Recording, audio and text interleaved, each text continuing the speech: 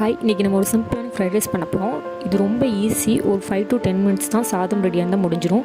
அதுக்கு கொஞ்சமாக ஒரு பேனில் பட்டர் அண்ட் ஆயில் ரெண்டையும் சேர்த்து மிக்ஸ் பண்ணிவிட்டு பூண்டு குட்டி குட்டியாக கட் பண்ணி வச்சுக்கேன், அதையும் ஆட் பண்ணிவிட்டு ஆனியன் கட் பண்ணி வச்சுக்கேன், அதையும் இது கூட ஆட் பண்ணிக்கணும்.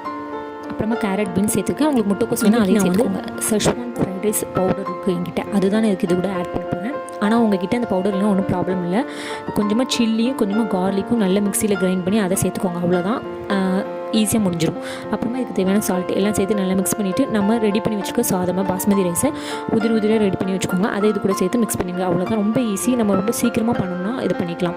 பவுடர் இல்லைன்னா நமக்கு பிரச்சனை இல்லை. சில்லியும் கார்லிக்குமே இதுக்கு அந்த டேஸ்ட் கொடுத்துரும். ஸோ அவ்வளோதான். வேணும்னா கொஞ்சமாக டொமேட்டோ சாஸும் ஆட் பண்ணிக்கோங்க, அந்த ஒரு ஃப்ளேவருக்காண்டி. இந்த 3 ஆட் பண்ணாலே அந்த டேஸ்ட் வந்துடும். நீங்களும் ட்ரை பண்ணி பாருங்கள், ரொம்ப ஈஸியாக பண்ணிடலாம். தேங்க்யூ.